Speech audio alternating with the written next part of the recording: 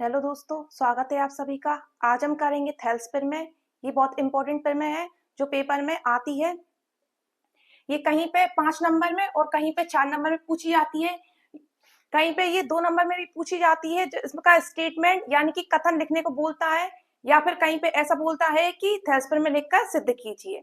चलिए आइए देखते हैं हम थेल्स प्रमेय। तो ये इसका कथन है, यदि किसी त्रिभुज की एक भुजा के समांतर अन्य दो भुजाओं को भिन्न भिन्न बिंदुओं पर प्रतिच्छेद करने के लिए एक रेखा खींची जाए तो ये अन्य दो भुजाएं एक ही अनुपात में विभाजित हो जाती हैं। तो सबसे पहले हम क्या करेंगे, सबसे पहले हम एक त्रिभुज बना लेंगे, ठीक है। फिर हम इसका कथन पढ़ेंगे कि यदि किसी त्रिभुज की एक भुजा के समांतर, एक भुजा ये है, इसके समांतर यानी भिन्न भिन्न बिंदुओं पर, एक ये बिंदु है और एक ये बिंदु है, इसके समांतर अन्य दो भुजाओं के भिन्न भिन्न बिंदुओं पर एक रेखा खींची जाए। ये हमने रेखा खींच दी तो अन्य दो भुजाएं एक ही अनुपात में विभाजित हो जाती हैं। तो ये विभाजित हो गई, ठीक है। इसे हम नाम दे देते हैं ए बी सी, और जो हमने समांतर भुजा खींची है इसको हम डी और ई दे देते हैं, ठीक है। अब हम क्या करते हैं, पहले वो लिख लेते हैं जो हमें दिया हुआ है। क्या दिया हुआ है,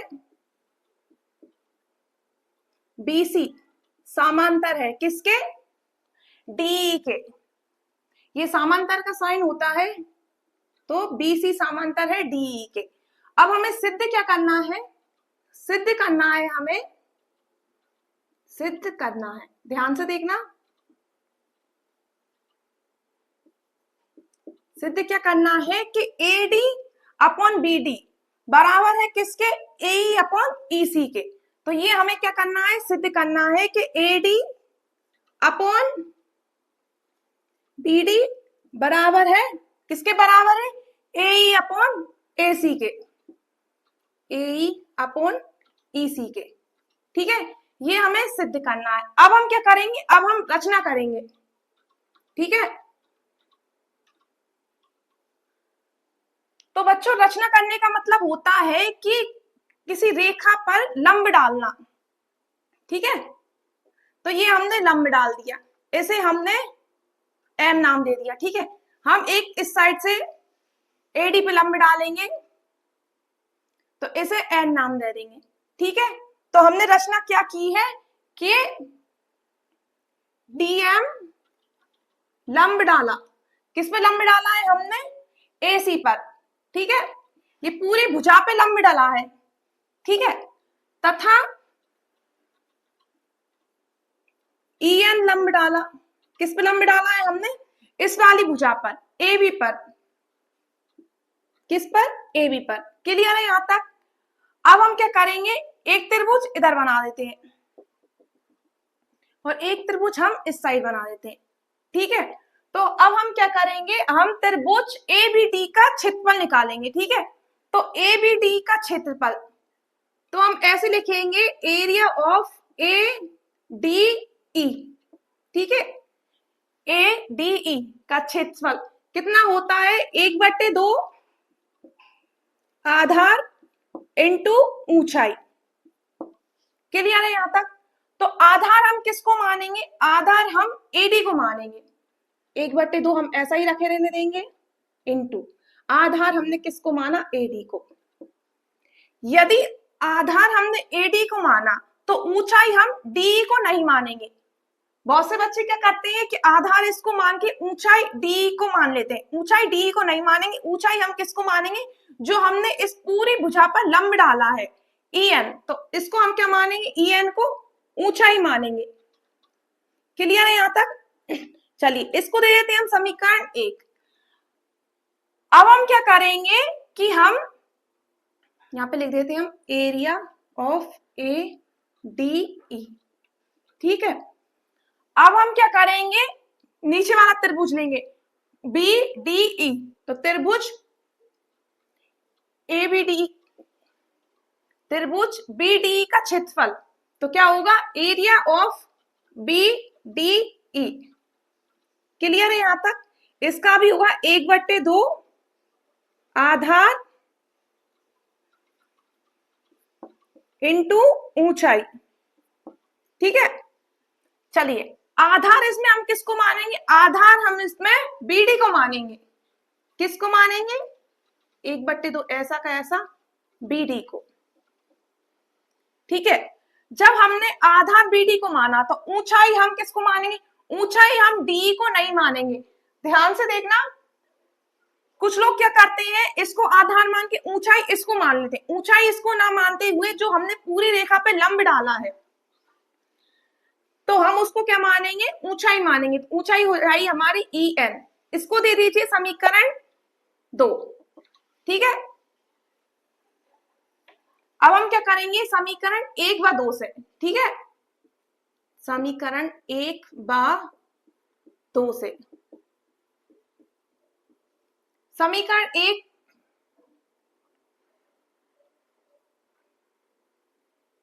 समीकरण 1 में 2 से ऐसा लिख लो, समीकरण 1 में 2 से भाग देने पर। ठीक है, भाग दे दिया। भाग कैसे देंगे हम? Area of A D E upon में area of B D E. ठीक है, बराबर 1/2 यहाँ पे क्या है? A D into E N. ठीक है, बटे में 1/2 into B D into E N. 1/2 से 1/2 कट जाएंगे, ई एन से ई एन कट जाएगा। क्या बचेगा हमारा? ए डी अपॉन में बी डी। और इस साइड क्या चल रहा है? Area of A D E upon में area of B D E. Clear है यहां तक? इसको दे दीजिए समीकरण 3। पुनः त्रिभुज ए डी ई का क्षेत्रफल निकालेंगे। तो एरिया ऑफ ए डी ई बराबर 1/2। त्रिभुज का क्षेत्रफल क्या होता है? 1/2 आधार इंटू ऊंचाई। ठीक है, 1/2 इंटू आधार। देखिए पहले जब हमने त्रिभुज एडी का क्षेत्रफल निकाला था ना, तब हमने आधार एडी को माना था। अब हम आधार एई को मानेंगे। किसको मानेंगे? एई एक को, एई को। जब हमने एई को आधार माना तो ऊंचाई हम किसको मानेंगे? डीएम को, जो हमने इस पूरी रेखा पर क्या किया है? लंब डाला है। ठीक है, तो हम ऊंचाई मानेंगे डीएम को। ठीक है, इसको दे दीजिए समीकरण 4। ठीक है, अब जब हमने पहले त्रिभुज एडी का क्षेत्रफल निकाला था तो नीचे वाले त्रिभुज हमने बीडी का क्षेत्रफल निकाला था। अब हमने पुनः त्रिभुज एडी का क्षेत्रफल निकाला है तो हम क्या करेंगे? इस नीचे वाले त्रिभुज डीईसी का क्षेत्रफल निकालेंगे। तो क्या होता है? Area of DEC. ठीक है, बराबर 1/2 आधार इंटू ऊंचाई।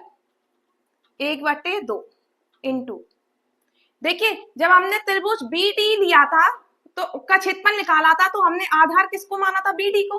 अब हमने त्रिभुज डी का क्षेत्रफल निकालना है तो हम आधार मानेंगे किसको? ईसी को। इंटू ऊंचाई किसको मानेंगे? ऊंचाई हम डीएम को मानेंगे, जो हमने क्या दिया है? लंब दिया हुआ है। ठीक है, क्लियर है यहां तक? हमने क्या किया था कि हमें ये थेल्सपिन का क्या है? कथन है, इसको याद कर लेना। ये 2 नंबर में पूछते हैं कभी कभी, कहीं कहीं पे। यदि किसी त्रिभुज को एक भुजा के समांतर अन्य दो भुजाओं पर प्रतिच्छेद करने के लिए एक रेखा खींची जाए तो ये अन्य दो भुजाएं एक ही अनुपात में क्या हो जाती हैं? विभाजित हो जाती हैं। ठीक है, तो हमें दिया क्या हुआ है कि बीसी समांतर है किसके? डीई के। तो ये बीसी समांतर है डीई के। सिद्ध हमें क्या करना है? सिद्ध हमें करना है कि जो दोनों भुजाएं अनुपात में विभाजित हो गई है ना, क्या वो बराबर है? तो एडी अपॉन बीडी बराबर है किसके? एई अपॉन ईसी के। ये हमें क्या करना है? सिद्ध करना है। सिद्ध करने के लिए क्या किया हमने? उस त्रिभुज पर रचना कर दी। ये हमने त्रिभुज पर रचना करने के लिए क्या करते, रचना करने का मतलब होता है एक भुजा पर लंब डालना। ये हमने डीएम लंब डाल दिया इस पूरी भुजा एसी पर, तथा हमने ईएन लंब डाल दिया किस पे, एबी पर। ठीक है, ईएन लंब डाल दिया हमने इस पूरी भुजा एबी पर। अब हम क्या करेंगे, अब हम इस वाले त्रिभुज का क्या किया हमने, क्षेत्रफल निकालेंगे। तो त्रिभुज एडीई का क्षेत्रफल, तो एरिया ऑफ एडीई बराबर, त्रिभुज का क्षेत्रफल क्या होता है, 1/2 आधार इंटू ऊंचाई। आधार हमने किसको मान लिया, आधार हमने एडी को मान लिया, ठीक है, इंटू ऊंचाई हम डी को ना मानते हुए हम ऊंचाई किसको मानेंगे, जो हमने क्या किया है, लंब डाला है। लंब हमने क्या डाला है, ईएन, तो ईएन हमने लंब डाल दिया। ये हमारा समीकरण 1 हो गया। अब हम नीचे वाले जो हमने त्रिभुज बनाए, त्रिभुज बीडी का क्षेत्रफल निकालेंगे। तो एरिया ऑफ बीडीई, तो एरिया ऑफ बीडी क्या होगा हमारा, आधार 1/2 आधार इंटू ऊंचाई। तो आधार हम किसको मानेंगे, आधार हमने बीडी को माना, ठीक है। अब हम ऊंचाई किसको मानेंगे, ऊंचाई हम डी को ना मानते हुए जो हमने लंब डाला है, लंब हमने क्या डाला है, ईएन, तो ईएन हमने लंब डाला है, उसको क्या मान लिया हमने, ऊंचाई। इसको हमने समीकरण 2 दे दिया। अब हमने क्या किया, समीकरण 1 में समीकरण 2 से भाग दे दिया, ठीक है। ये हमारा समीकरण 1 है ऊपर वाला, और जो भाग दिया है हमने वो समीकरण 2 है। 1/2 से 1/2 कट गए, ईएन से ईएन कट गए, बचा क्या, एडी अपॉन बीडी। इसको दे दिया हमने समीकरण नंबर 3। अब हमने पुनः त्रिभुज एडी का क्षेत्रफल निकालेंगे। तो हमने त्रिभुज एडी का क्षेत्रफल, एरिया ऑफ त्रिभुज, एरिया ऑफ एडीई बराबर 1/2 आधार इंटू ऊंचाई। 1/2 इंटू आधार क्या है हमारा, आधार मान किसको माना हमने इस बार, पिछली बार आधार हमने एडी को माना था, अब आधार हम एई को मानेंगे, ठीक है। इंटू ऊंचाई क्या है हमारी, ऊंचाई जो हमने लंब दिया हुआ है डीएम, उसको हमने क्या मान लिया, ऊंचाई मान लिया। अब हम क्या करेंगे, अब हमने नीचे वाला त्रिभुज, पहले हमने नीचे वाला त्रिभुज बी डी ई लिया था, अब हम डी ई सी लेंगे। तो त्रिभुज एरिया ऑफ डीईसी बराबर 1/2 आधार इंटू ऊंचाई। अब हमने आधार किसको माना, आधार हमने इसको माना ईसी को, ठीक है। और ऊंचाई हम किसको मानेंगे, जो हमने लंब दिया हुआ है ना इस पूरी रेखा पर, इसको हमने क्या माना, ऊंचाई माना। तो ऊंचाई हमारी क्या है, डीएम है। चलिए आगे बढ़ते हैं।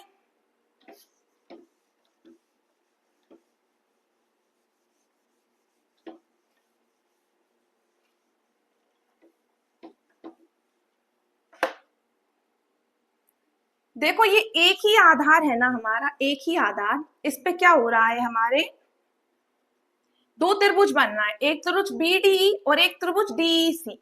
जब एक ही आधार पर, जब क्या होता है, समान आधार पर, जब समान आधार पर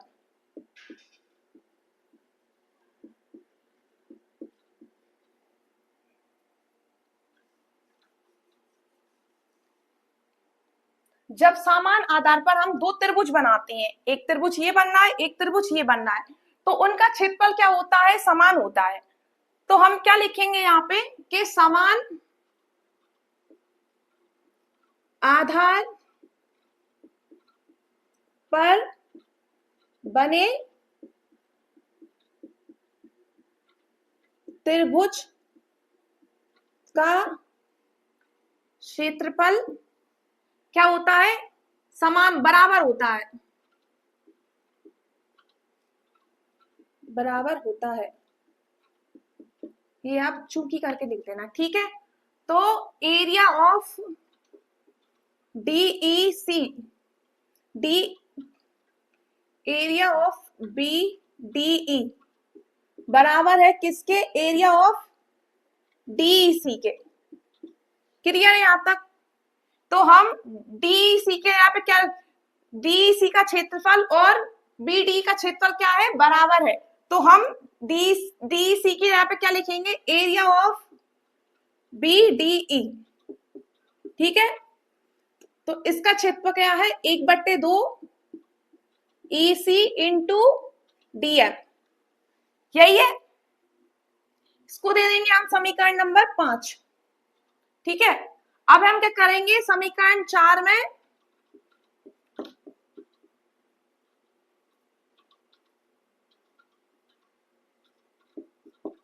समीकरण 5 से भाग देंगे, ठीक है। भाग देने पर।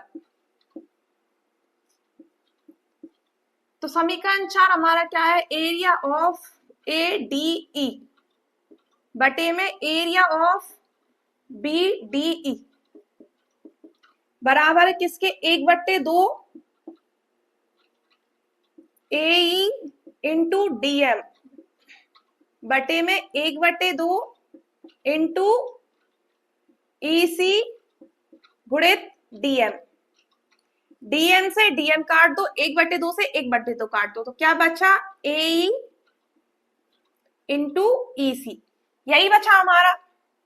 ठीक है, यहां पे लिख देंगे हम एरिया ऑफ ADE अपॉन में एरिया ऑफ BDE। ठीक है, इसको दे दो समीकरण नंबर 6। क्लियर है यहां तक। अब हम क्या करेंगे, ये वाले समीकरण की और ये समीकरण 3 बनाया था, इसकी हम क्या करेंगे, तुलना करेंगे। ठीक है,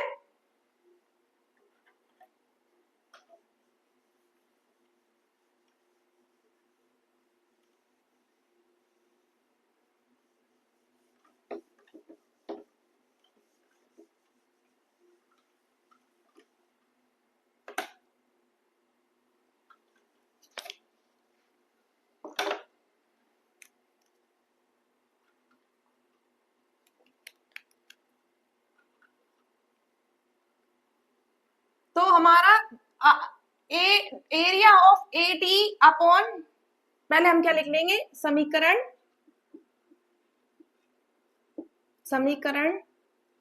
3/6 की तुलना करने पर। ठीक है, तुलना करने पर तो हमारा area of ADE upon area of BD बराबर क्या था, AD अपॉन BD। ठीक है, इसकी जगह पे हमने क्या रख दिया, AD अपॉन BD बराबर में AE अपॉन EC। क्लियर है यहां तक, हमें यही सिद्ध करना था, तो हम क्या लिखेंगे, अथा सिद्ध हुआ, सिद्ध हुआ। क्या सिद्ध हुआ कि ये वाली रेखा इस वाली रेखा के क्या है, समांतर है।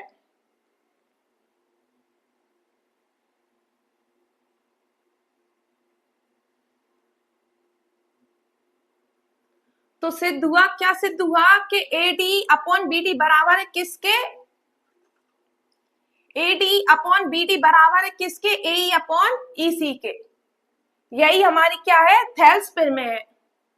चलिए, आज हमारी थेल्स प्रमेय समाप्त हो चुकी है। वीडियो अच्छी लगी हो, वीडियो को लाइक करें, चैनल को सब्सक्राइब करें, और यदि आपको कोई भी परेशानी आ रही है किसी भी क्वेश्चन में, किसी भी प्रश्नावली में, तो आप हमें कमेंट करके पूछ सकते हैं। हमने चैनल की लिंक डिस्क्रिप्शन में दी हुई है। Thank you.